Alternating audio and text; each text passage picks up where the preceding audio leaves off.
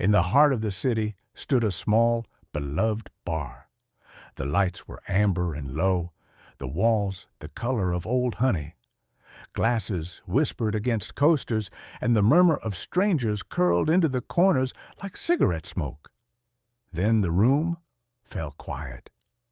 She stepped onto the stage, a beautiful black woman with a steady spine and eyes that caught every glint of light. She touched the microphone like a promise, breathed in, and let a slow ribbon of melody unfurl. Her voice carried stories, soft grief, bold hope, the sweet ache of wanting more. People looked up from their phones. Someone stopped mid-sip. A pair at the bar gripped each other's hands and didn't know why. At a table in the back, a white man watched her closely.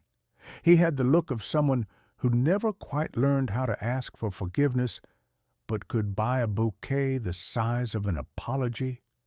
He didn't blink until the last note trembled into silence. Then he stood, crossed the room, and held out a single red rose. "Your voice, it's like it came from heaven," he said, a little breathless. She smiled, shy and radiant, as if someone had opened a window in winter. He came back the next night, and the one after, each time a different gift, a small book with turned-down pages and a scribbled note, a delicate chain that caught the light just so, a perfume that smelled like early summer after rain. He learned her set list by heart. He clapped too long, laughed too late, and remembered the exact spot on the song where she always closed her eyes. They began to talk after hours, while the staff wiped the tables and tipped chairs onto their legs like sleeping foals. He told her he had grown up quiet, that success had taught him to speak louder than he felt. She told him singing was the only thing that made the world make sense. He looked at her as if she were already a miracle, and all he had to do was not ruin it. Weeks turned into a rhythm. She sang.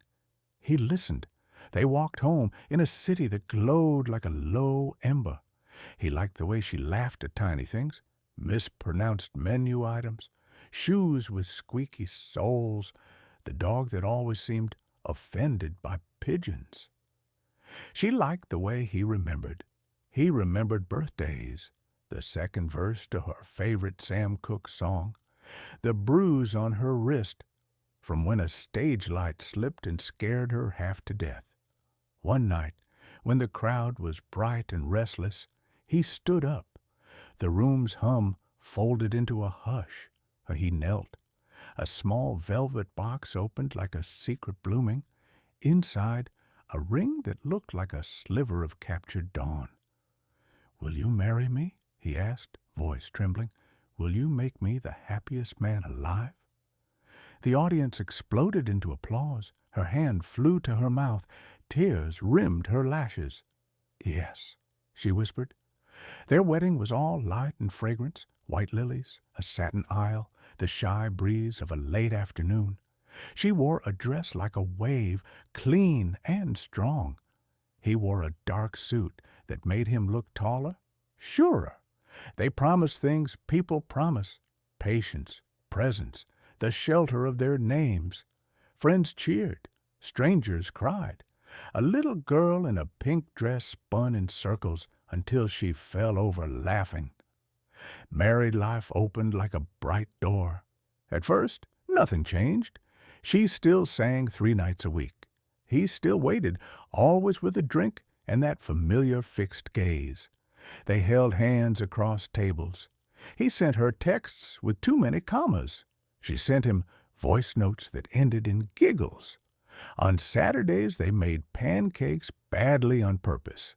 Then a new rhythm, softer at first, almost imperceptible. He started to arrive earlier, to watch who came in and who left, to ask about the man at table 7 who always requested the same song. He made jokes about the bartender leaning too close. He called her during sound checks and asked how long sound checks could possibly take. "You don't need to sing every night," he said one Thursday, casual as rain. "I mean, do you? We have everything at home. We have us."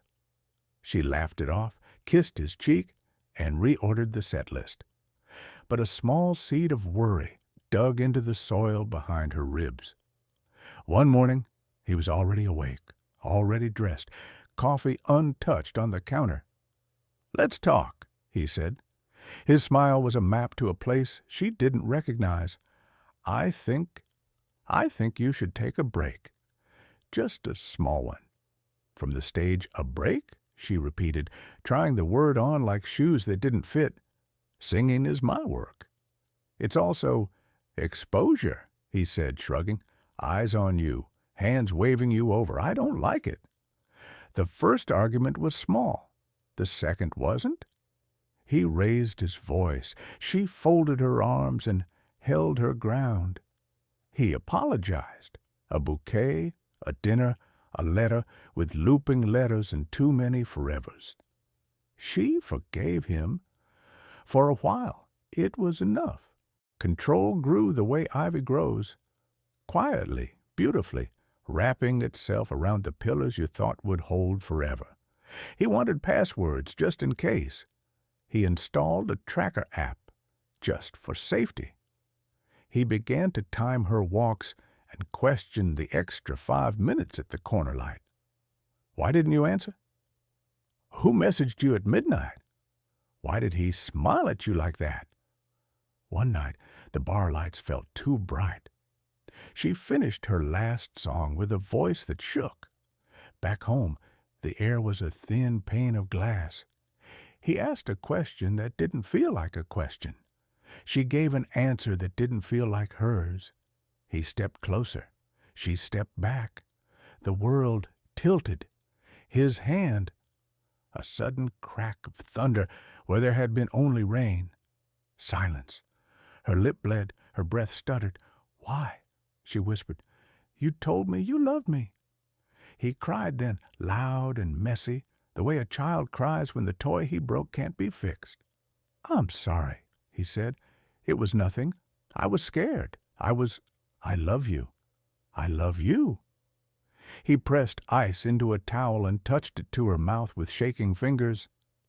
Flowers arrived the next morning, jewelry the day after, a weekend away booked with urgency.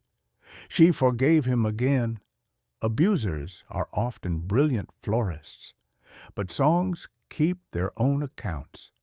When she sang now, the notes were heavier, the rests longer. She glanced at exits. She hid the tremble in her hands by clasping them around the microphone. Friends asked gentle questions. She said she was tired. Her voice still bloomed, but it did so from a field that was slowly being fenced in. It happened again. Not as hard, then harder. His anger arrived with the speed of a pulled curtain. He said she provoked him. He said she made him lose control. He said if she didn't sing, if she didn't talk to them, if she didn't smile so much, he would be calm. He promised. He swore. He swore on the ring he had given her. Pause. One midnight, she sat at the kitchen table with a cooling cup of tea and a suitcase at her feet. She looked at the toaster, the fruit bowl, the magnet shaped like a heart that said, "Home is us." Whisper. Then she stood. She lifted the suitcase's handle. In the bedroom, he rolled over, muttered her name, and went still again. She didn't breathe until the elevator doors closed. She went to a small motel that smelled like lemon cleaner and fresh paint. She texted the bar's owner. "Can I have the late set tomorrow? I'm back." The reply came like a hand extended from the bank of a dark river. "Always." On stage again, she sang a song she hadn't dared to sing in months. It wasn't loud. It was clear. Her voice threaded through the room with a quiet courage that made people put down their drinks without realizing. She closed her eyes on the high note. For the first time in a long time, the applause felt like a doorway. But control hates unlocked doors. He found her, as men like him find things they believe they own. It was raining, the kind of rain that flattens the night into a single wet sheet. She stepped outside, chin tucked into her coat, and saw him in the shadows, the pale oval of his face lit by a street lamp. His eyes were bright with something that pretended to be love. Pause. "You cannot run from me," he said, loud voice. "You are my wife." She steadied herself back against the cool brick. "I am a person," she said, voice low. "I am a singer. I am not yours to keep." He took a step forward. The rain stitched him to the pavement. "Come home," he said. "Come home now." She looked toward the door. Someone laughed inside. A chair scraped the floor. "Home is where I'm safe," she said, "and I am not safe with you." He pulled a gun as if it were a solution. The night gasped. She raised her hands. "Don't!" she pleaded. "Please! We can do this right. Lawyers, papers, space." The shot cracked the air. The world lurched. She fell. People rushed out. The rain made halos on the asphalt. Someone screamed her name. Someone else grabbed a phone with slippery hands. She lay there, palms open to the sky, as if she were catching the storm. Her blood was a dark shadow that the rain tried to erase and couldn't. Her eyes were wide and steady. Her lips moved just barely, as if she were finishing a note she'd started a lifetime ago. News traveled fast, the way grief does. The paper said, "Singer loses her life in the name of love." A headline neat enough to fit above a fold, but never big enough to hold a life. The bar closed for a night and placed a candle on the stage where she had stood. People brought flowers and pieces of themselves. A program from her wedding, a napkin with her autograph, a necklace they swore glowed warmer after she'd touched it. Someone started a fundraiser in her name for shelters and safe houses. A teenager wrote a poem and left it on the door, taped crookedly, about a voice that could turn rain into light. A woman in a yellow coat stood very still, then took off her rings and gave them to a stranger who couldn't stop shaking. The bartender, who always smiled too big, stopped smiling at all. The white man who had watched her, loved her, silenced her, was led away in cuffs that clicked like the world closing. Neighbors said they were shocked. Friends said they were not.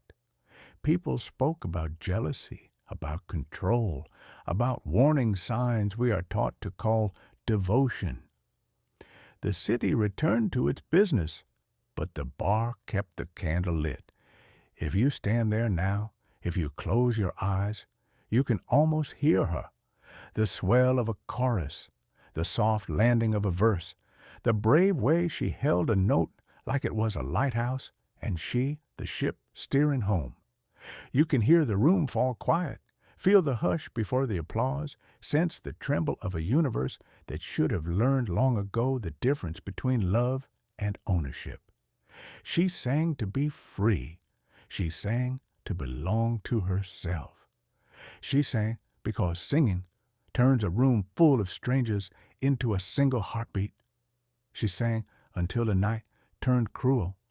She sang even then. This is not only one woman's story. It is 1,000 names spoken softly in kitchens and stairwells, 1,000 phone calls unanswered, 1,000 doors that should have opened sooner. It is a warning, a prayer, a vow we owe each other. Love should never mean violence. Home should never mean harm. No vow gives anyone the right to break a body or dim a voice. If you are listening and the words settle somewhere private and painful, please hear this. You deserve safety. You deserve the door that opens, the friend who believes you, the stage where you are only yourself and never a possession. You deserve to finish your song.